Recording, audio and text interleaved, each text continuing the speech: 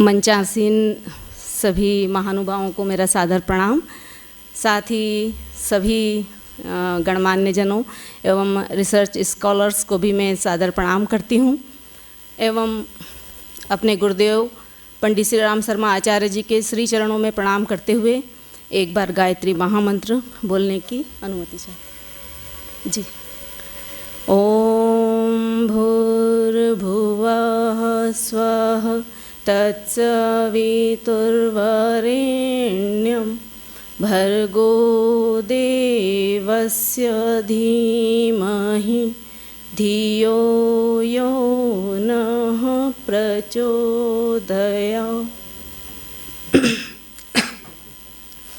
मेरा विषय है वर्तमान समय में जीवन जीने की कला के संदर्भ में प्रज्ञा योग साधना प्रोटोकॉल की प्रासंगिकता। परम पूज्य गुरुदेव ने सन 1980 में प्रज्ञा योग साधना का शुभारंभ किया था,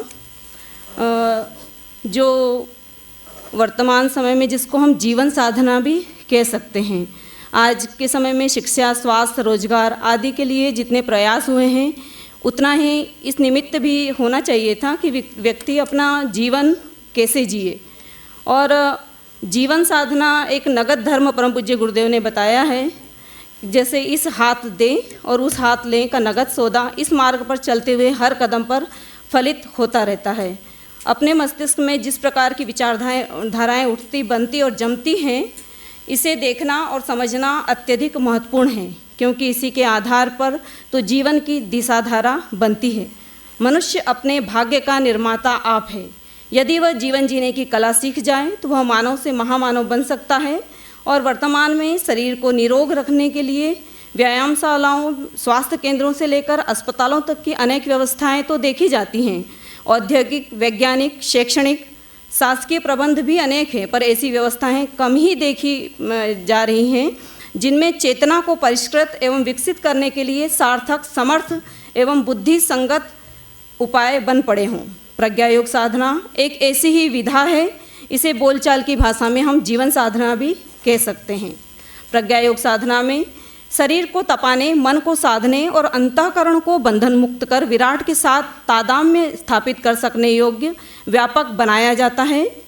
इसे स्थूल शरीर, सूक्ष्म शरीर तथा कारण शरीर का समन्वित उपक्रम भी कह सकते हैं। प्रज्ञा योग साधना शारीरिक, मानसिक, सामाजिक एवं आध्यात्मिक अभ्यासों का एक सुव्यवस्थित अनुक्रम है, जिसमें आत्मबोध साधना से दिन का प्रारंभ कर अंत में तत्वबोध साधना करते हुए इस उपासना को पूर्ण किया जाता है। प्रातः आत्मबोध, सोते समय तत्वबोध तथा नित्य कर्म से निवृत्ति होकर आसन, जप और ध्यान की प्रक्रिया, यही त्रिविध सोपान वाला प्रज्ञा योग है। Next slide. इसको मैंने एक प्रोटोकॉल का त्रिआयामी अभ्यास के रूप में, टाइम के रूप में डिवाइड किया है 60 मिनट में, जिसमें योगासन परक अभ्यास में हम प्रार्थना, गति योग, संधि संचालन, प्रज्ञा योग आसनों का 16 स्टेप्स और शिथिलीकरण करते हैं। लगभग मतलब 25 मिनट में डिवाइड है। उपासना परक अभ्यास में भक्ति योग, जिसमें आत्मशोधन, देव पूजन, गायत्री मंत्र जप, ध्यान और विसर्जन किया जाता है, ये भी 25 मिनट का है। और चिंतन परक अभ्यास ज्ञान योग के अंतर्गत आत्मबोध और तत्वबोध की प्रातः के समय और सोते समय की जाने वाली साधना की जाती है। उपासना योगासन परक अभ्यास का प्रारंभ, जैसे कि हम अन्य योगासन के अभ्यास करते हैं उनमें प्रार्थना से ही प्रारंभ करते हैं, तो यहाँ भी हम प्रार्थना गायत्री महामंत्र के माध्यम से प्रारंभ करते हैं। उसके बाद गति योग, जिससे शरीर की जकड़न एवं सुस्ती को दूर कर मांसपेशियों को सक्रिय किया जाता है। संधि संचालन में शरीर के विभिन्न जोड़ों, संधियों से दूषित पदार्थों को निष्कासित कर अंग अवयवों को सक्रिय बनाया जाता है। उसके बाद नेक्स्ट स्लाइड, प्रज्ञा योग आसन, जिसमें 16 प्रकार के आसनों का एक समन्वित चक्र है, जो परम पूज्य गुरुदेव के द्वारा वर्णित चुनकर लाया हुआ एक तरह से हम गुलदस्ता कह सकते हैं, जिसके अंतर्गत ताड़ासन, पाद हस्तासन, वज्रासन, उष्ट्रासन, योग मुद्रा, अर्ध ताड़ासन, शशांकासन, भुजंगासन, तिर्यक ताड़ासन, तिर्यक भुजंगासन, शशांकासन, अर्ध ताड़ासन, जी जी, 16 आसनों का समन्वित अभ्यास किया जाता है। तत्पश्चात शिथिलीकरण की क्रिया शवासन के माध्यम से मन और शरीर को शिथिल किया जाता है। Next slide. ये प्रज्ञा योग की पूरा एक चक्र है 16 आसनों का। नेक्स्ट, उपासना पर अभ्यास में आत्मशोधन के लिए 5 क्रियाएं की जाती हैं। पवित्रीकरण, आचमन, शिखावंदन, प्राणायाम और न्यास का क्रम किया जाता है। देव पूजन में गुरु आवाहन, गायत्री आवाहन एवं पूजन किया जाता है। जप में गायत्री महामंत्र का जप किया जाता है। ध्यान में सविता देवता का ध्यान, विसर्जन, सूर्यार्घ्य दान, विसर्जन किया जाता है। और चिंतन परक अभ्यास के क्रम में आत्मबोध की साधना, हर दिन नया जन्म, हर रात नई मौत का सूत्र आत्मबोध और तत्वबोध की साधनाओं का प्रयोजन पूरा करता है।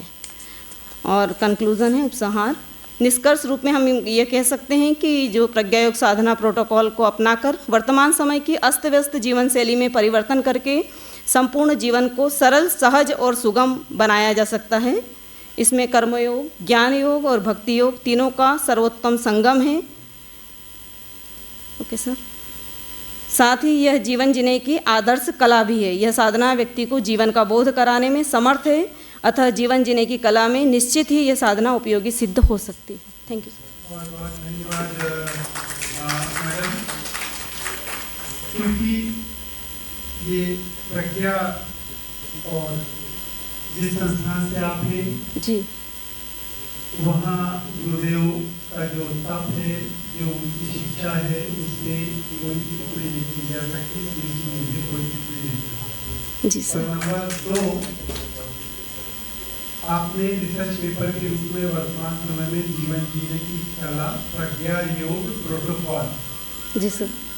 इसमें आपने बताया कि प्रातः के समय आत्मबोध, दोपहर में तत्वबोध, फिर शाम को थोड़ा ध्यान। ये ठीक बात है। इन सारी चीजों को समग्र जीवन के परिप्रेक्ष्य में लिया जाता है जी। और अलग अलग बांटते हैं अपन को, ऐसा लगता है कि तत्वबोध जैसे अलग होता हो, आपका आत्मबोध अलग होता हो। सर, ज्ञान का स्रोत आत्मा है। जी। सारा ज्ञान आत्मा से ही प्रतीत होता है और आत्मा का अगर ज्ञान नहीं है तो आपको ज्ञान अर्जित हो ही नहीं।